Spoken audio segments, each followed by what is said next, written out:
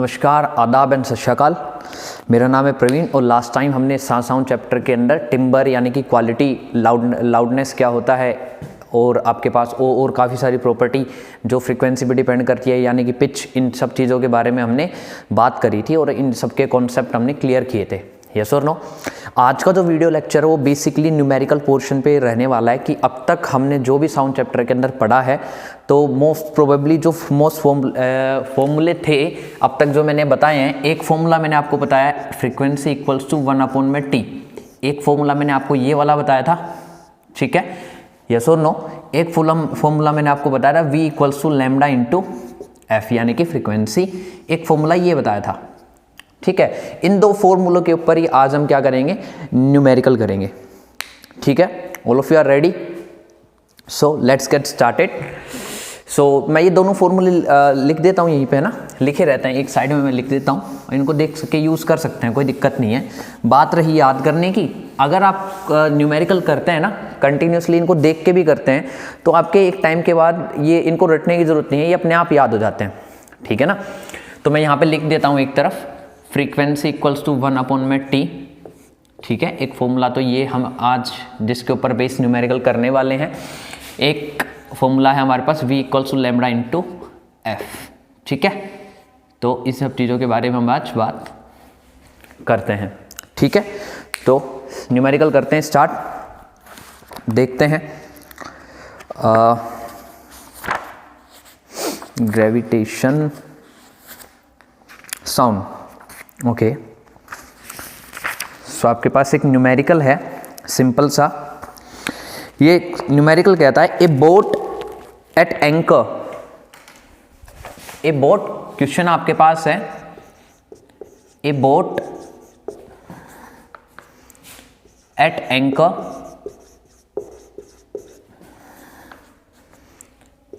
Is rocked by waves, rocked by waves, get it, rocked by waves whose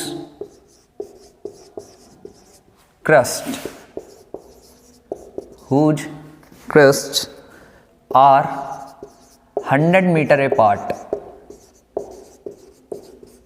100 meter apart, and velocity is 25 meter per second, 25 meter per second. How often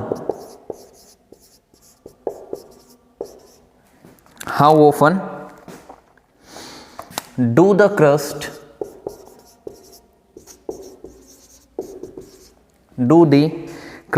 reach the boat? Reach the boat, ये आपसे पूछा है। आपसे basically पूछा क्या गया इस सवाल में, ध्यान से अगर आप देखो तो आप इसमें सबसे पहले गिवन लिखे हैं, आपके पास गिवन क्या है, ठीक है ना। बाकी सारी चीज़ों के बारे में हम बात करेंगे। गिवन देखते हैं सवाल के अंदर क्या है, देखें। जैसे कहता है एक बोट है रॉक्ड बाय द वेव्स, कि पानी में कुछ वेव्स चल रही हैं, पानी में लहर नहीं चलती, वो लहरें चल रही हैं और पानी, बोट जो है वो पानी के अंदर है। तो अगर लहर चलेगी तो आपको पता है बोट भी ऊपर नीचे होती है या नहीं होती है। अरे जब आपने ओशंस के अंदर जब मछुआरों वगैरह की जब आपने नाव देखी होंगी, मूवीज़ के अंदर देखी होंगी, जनरली जब तूफान वगैरह आता है तो बोट जनरली क्या होती है, जो शिप होता है या बोट होती है वो आपकी लहरों के साथ, वेव्स के साथ क्या होती है, ऊपर नीचे होती है नहीं होती है। एग्जैक्टली तो ये कह रहा है रॉक्ड बाय द वेव्स, यानी कि वो बोट ऊपर नीचे होती है। whose crusts are 100 मीटर, यानी कि जो लहर आती है ना, लहर का क्रस्ट का मतलब क्या है, अगर आपको याद हो तो मैंने बताया था, अगर ये आपके पास एक वेव है ना, तो ये जो मैक्सिमम एम्पलीट्यूड होता है ये वाला, इसको हम क्या कहते हैं, क्रस्ट। क्या कहते हैं, क्रस्ट कहते हैं या नहीं कहते हैं। यानी कि ये वाला जो क्रस्ट है ना, ये क्रस्ट के बारे में बात कर रहा है। तो ये कह रहा है whose crusts are 100 metre apart, यानी कि इसके जो दो क्रस्ट हैं, यानी कि क्या है, दो क्रस्ट हैं, यानी कि ये वाला जो क्रस्ट है और ये वाला क्रस्ट है, ये वाले जो दो क्रस्ट हैं ये कितने दूर हैं, 100 मीटर। कितने दूर है? 100 मीटर। ठीक है ना, ये आपको क्वेश्चन की लैंग्वेज देख के पता चलेगा कि आपको गिवन क्या है। ठीक है ना, तो crust are 100 metre apart, की जो दो क्रस्ट हैं कंटिन्यूस सक्सेसिव जो क्रस्ट हैं वो कितने दूर हैं? 100 मीटर दूर है। कितने दूर है? यस 100 मीटर दूर है। और अगर आपको याद हो, जब मैंने आपको वेवलेंथ की डेफिनेशन बताई थी तब मैंने आपको क्या बताया था? याद करो।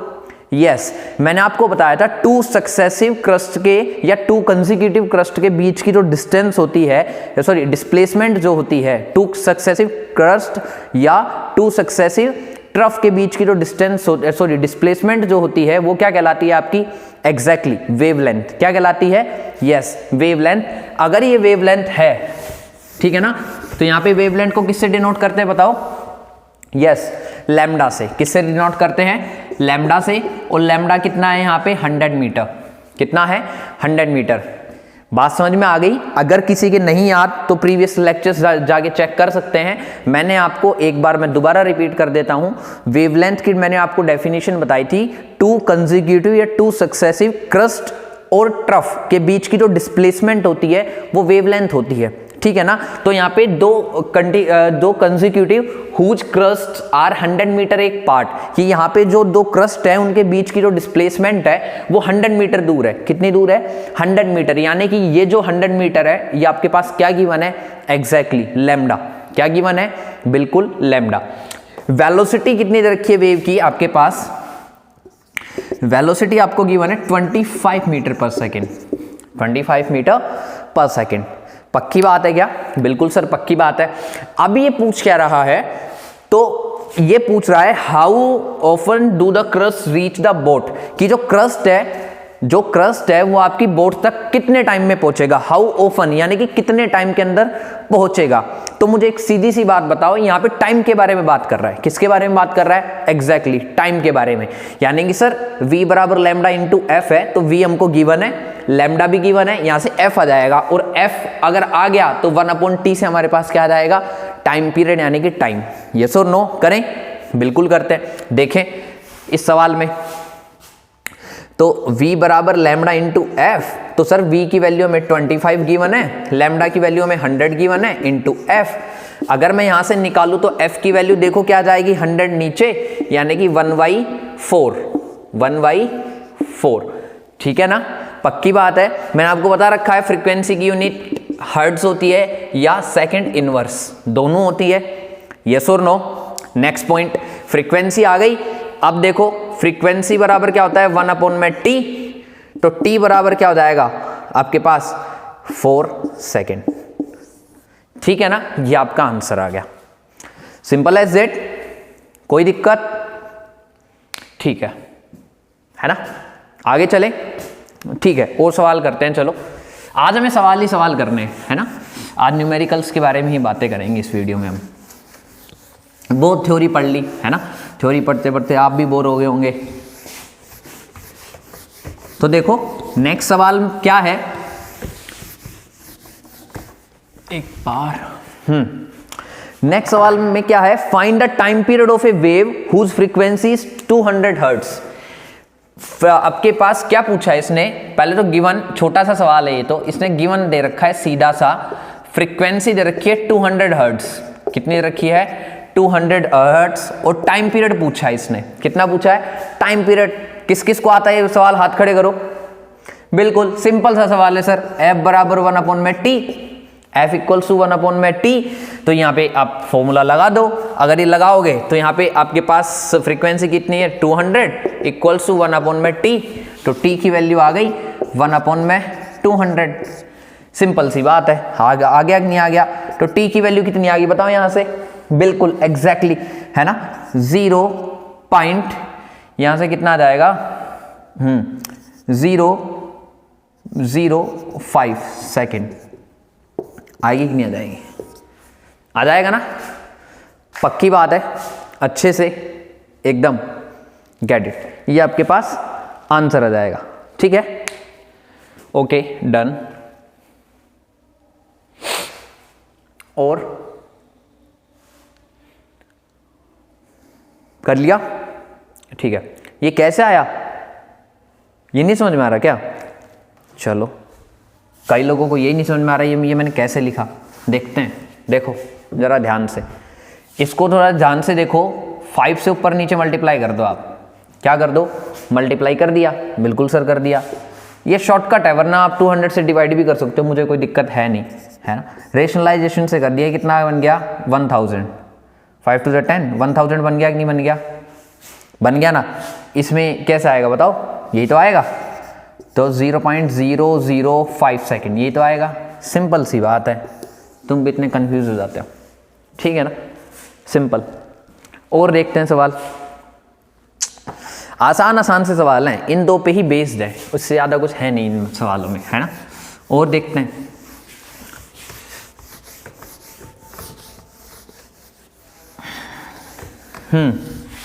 देखें नेक्स्ट सवाल क्या कहता है, wavelength of sound emitted by a source, है ना। क्वेश्चन क्या है ये, चलो सवाल एक बार आप करो, नहीं आता है तो फिर मैं बताऊंगा।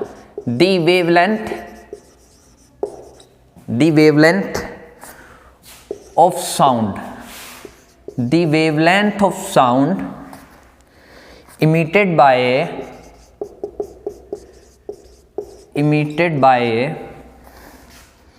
source is 1.7 into 10⁻⁻12 meter. Yes or no? Calculate the frequency of the sound if its velocity दे रखी है 343.3 मीटर पर सेकेंड, और कह रहा है फ्रीक्वेंसी बताओ। क्या बताओ, फ्रीक्वेंसी, ठीक है ना। तो सिंपल सी बात है, आप सबको यहाँ पे दिख रहा होगा, क्लियर है। गिवन क्या क्या है पहले ये बताओ, सॉल्यूशन जब करेंगे हम इस सवाल में, हमारे पास गिवन क्या है बताओ फटाफट।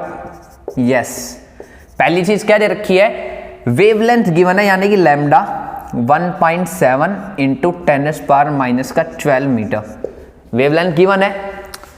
वेलोसिटी गिवन है, देखो 343.3 मीटर पर सेकेंड, बिल्कुल सर। फ्रीक्वेंसी हमको पता करनी है, तो सबको पता है, सिंपल सी बात है, v बराबर लैम्डा इंटू एफ है या नहीं है, और f बराबर क्या जाएगा, v अपॉन में लैम्डा। यस और नो। तो अगर मैं यहां से फ्रीक्वेंसी की वैल्यू निकालूंगा तो v की वैल्यू आपके पास है 343.3 अपॉन लैम्डा की वैल्यू आ जाएगी 1.7 इंटू 10⁻⁻12 आ जाएगी कि नहीं आ जाएगी। तो यहां से आपके पास क्या जाएगा, f की वैल्यू हो जाएगी, इसको सोल्व कर लो, आपको पता है ये डेसिमल से डेसिमल कट ही जाएगा, ये पॉइंट से पॉइंट कट जाएगा, ठीक है। तो ये अराउंड अगर मैं बात करूं, इसको इससे कट करते हैं, ठीक है ना, इसको इससे कट कर दो, 10⁻12 ऊपर ले जाओ पहले, तो ये पॉजिटिव हो जाएगा, माइनस का है ना, ऊपर जाएगा तो प्लस का हो जाएगा, तो ये तो हो जाएगा 10⁻12, ठीक है ना। 3433 को अगर मैं 17 से डिवाइड करूंगा तो आपको पता है 7 to the 34 होता है, 7 to the 34 होता है। 3 वो कंप्लीट डिवाइड नहीं हो रहा है, फिर 0 लग जाएगा, फिर 3 आता है, ठीक है ना। इसमें आपके पास कितना जाएगा, 1 टाइम जाएगा, कितना जाएगा, 1 टाइम जाएगा ना, पक्की बात है एकदम, ये आ जाएगा 1 टाइम चला जाएगा, ठीक है। उसके बाद कितने में जाएगा, 16 में नहीं जाएगा तो उसका डेसिमल लग जाएगा, फिर आपके पास क्या जाएगा, 16 के आगे एक लग जाए, क्या लग जाएगी, 0 लग जाएगी, 160 बन जाएगा, ठीक है ना। तो अराउंड इतना ही आंसर आएगा। अगर मैं एग्जैक्टली चेक करूं तो चलो आंसर चेक करते हैं, इसका कितना आ रहा है, हाँ 2.02 इंटू 10⁻14 है ना, 2.02 लिख रखा है इसने, क्योंकि देखो इसने क्या किया है, 3433 है ना, इसने 7 to the 34 0 लगा दिया, 33 आ गया ना, तो एक ही तो कम है, इसने राउंड ऑफ करके कर दिया। बात एग्जैक्टली वही आती है। अगर मैं इसको भी करके अगर मैं 202 लिख दूं, है ना, 202, ये राउंड ऑफ करके इतना हम लिख सकते हैं, इतना कोई दिक्कत वाली बात है नहीं, और लगभग हम इतना लिख सकते हैं, ठीक है ना। अगर किसी के ये बात नहीं समझ में आ रही है तो कोई दिक्कत है नहीं, ठीक है ना। इसको आप 201.160 आ जाएगा। 160 को अगर मैं 17 से डिवाइड करूंगा तो आपके पास से ये चला जाएगा 17 जा, कितना चला जाएगा, 17 जा, ठीक है ना, हर्ट्ज को। वो ये भी आंसर लिख सकता है, अगर किसी के नहीं समझ में आ रहा है वैसे तो आप ये भी आंसर लिख सकते हो, ये भी कोई गलत नहीं होगा। कोई दिक्कत है, कैसी भी अच्छे से बिल्कुल। इसमें कुछ नहीं समझ में आया तो इसमें अगेन देखो, आपके पास लैम्बडा गिवन था, सीधा सा लिख रखा था, वेवलेंथ है, वेलोसिटी आपके पास गिवन है, फ्रीक्वेंसी आपसे पूछी है, frequency v equal to lambda into F equals to V upon में लैम्बडा, वी की वैल्यू ये रही, लैम्बडा की वैल्यू ये रही, ये ऊपर चला जाएगा तो 10⁻12 आ जाएगा ऐसे की ऐसे। और अगर मैं एफ आपके पास इसको इससे डिवाइड करूंगा 3433 को 17 से, तो आपके पास आएगा 201.9, यस और नो, इंटू 10⁻12 हर्ट्स, ये फ्रीक्वेंसी की वैल्यू आ जाएगी आपके पास। ठीक है, आगे चले। ठीक है, और सवाल करते हैं। देखो, थक तो नहीं गए अभी से, है ना? कभी करो कहो सर पता नहीं आप आज कितने सवाल कराओगे, इतने दिन से हम थ्योरी पढ़ रहे थे, है ना? तो आज कोई बात नहीं, आज सवाल कर लेते हैं आज के लेक्चर में, है ना? तो नेक्स्ट आपका सवाल जो है वो क्या बोल रहा है? In a ripple tank, 10 full ripples are produced in 1 second. In a ripple tank, in a ripple tank, 10 full ripples are produced in 1 second.